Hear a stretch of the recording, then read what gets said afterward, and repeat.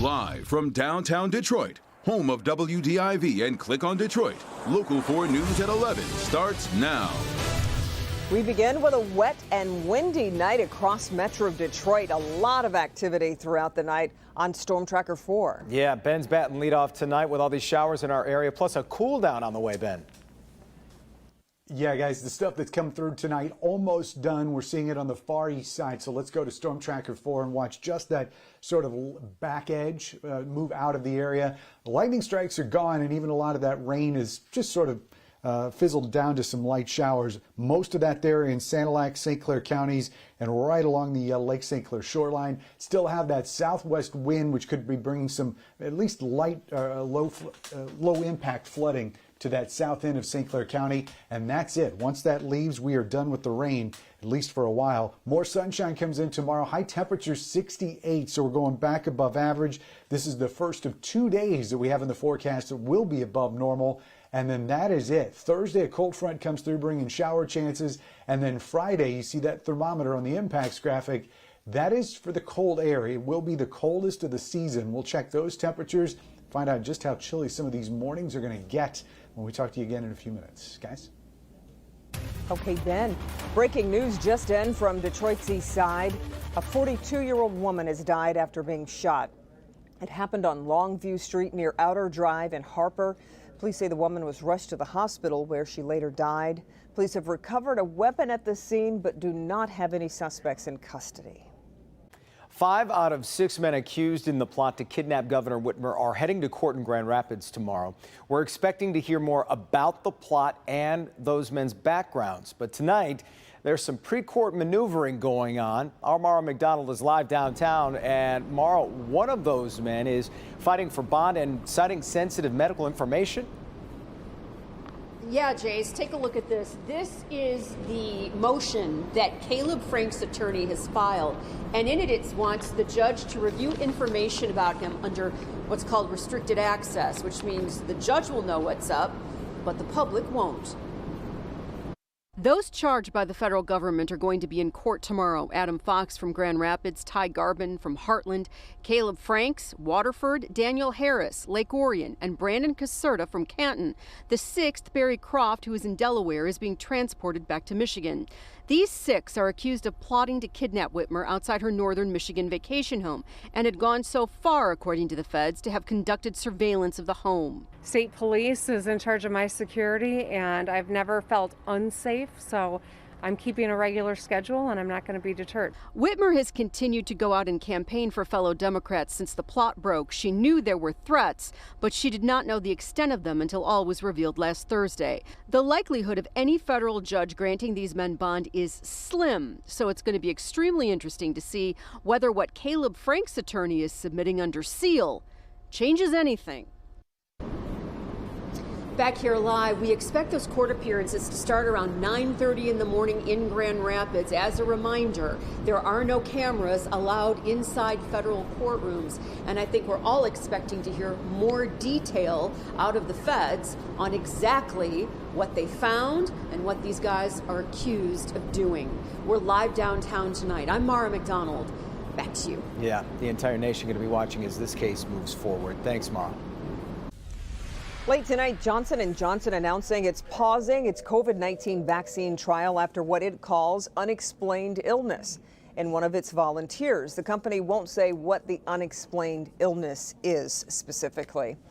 Turning now to the latest coronavirus numbers here in the state of Michigan. The state reporting 1,809 new cases in the past 48 hours, with 7 more Michiganders losing their lives to COVID-19. The state also says that right now there are more than 5,000 cases linked to schools across Michigan. So let's bring in Priya Mann with a closer look at the number of outbreaks being reported at schools. And Priya, the latest round of numbers come as more students return to in-person learning. Yeah, Kim, and that certainly has health experts concerned. Tonight, we're live at Holy Redeemer Grade School in Southwest Detroit. They're dealing with an ongoing outbreak. 13 people have tested positive. That's students and staff, and we've now learned that more than 24 schools across the state have since reported new outbreaks. With an uptick of coronavirus cases across the state, there's concern about outbreaks developing in schools. The Michigan Department of Health and Human Services requires K-12 schools to report new cases within 24 hours. That's according to an emergency order that went into effect Monday. 20 breaks. The highest is 21 cases at Kalamazoo College. The state considers an outbreak as 2 or more cases at a school where infected people may have had shared exposure on school grounds and are from different households. More than 80 schools across the state are currently dealing with ongoing outbreaks. This virus is still a very real threat all across the state of Michigan, and if we drop our guard, we are going to see community spread, and we're already starting to see that a bit. The number of confirmed coronavirus cases in Michigan has topped 136,000. More than 6,800 people have died, while more than 104,000 have recovered. Today's 2-day total was 1,809 cases and 7 deaths, making the 7-day average the highest since early April. And for the first time since late July, Michigan's risk level for an outbreak was upgraded from medium to high risk. I am imploring people to let's double down. We've shown we know how to get this virus under control. It is washing our hands, it is physical distancing, it is wearing a mask. And there's also growing concerns of a second wave, especially as new industries reopen, like movie theater. Are some measures you can take to protect yourself? Reporting live from Southwest Detroit, I'm Priya Mann, Local 4. Yeah. Okay, Priya, thanks. Today, Governor Whitmer signing a series of bills called Michigan Clean Slate. The new legislation will make thousands of Michiganders eligible to have their records expunged for lower-level crimes. Mayor Mike Duggan says it could help 80,000 people in Detroit alone. If you get your record expunged, your wages tend to go up almost 25% within a year. There's a whole lot of folks in this city that if you go through this process, we can move you into the middle class. And while this law doesn't kick in until April, if you go to the website now, DetroitMI.gov, we'll get you started, we'll get the process going so that when April, when the law takes effect, we can get you expunged immediately.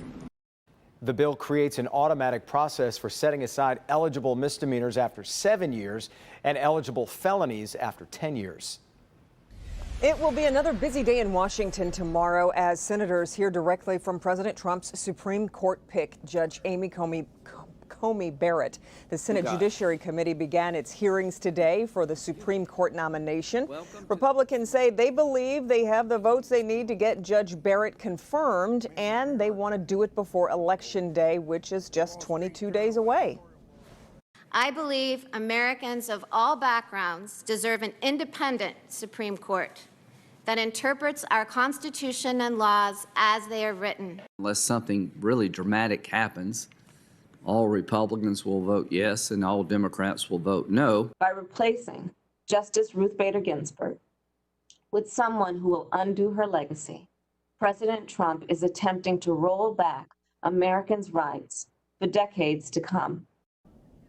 Tomorrow and Wednesday will be dedicated to senators questioning Barrett directly, and then on Thursday will be testimony from outside experts.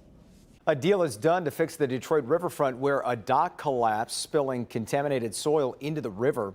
Revere Dock LLC, which owns the West Jefferson Avenue property, has signed a consent agreement with the state. Under that agreement, Revere will pay a $60,000 fine. The company will also construct a new 600-foot steel seawall and remove any remaining material from the river. Restoration work is expected to be done by next July. Imagine Entertainment has announced the showing dates for its rescheduled Juneteenth Film Festival. The festival will start this Friday and run through next Thursday, the 22nd, at Imagine Royal Oak. The theater will, however, be closed Monday the 19th and Wednesday the 21st. Tickets are $10 and 100% of the proceeds will benefit the United Negro College Fund. There are 12 films set to be shown at various times during the festival.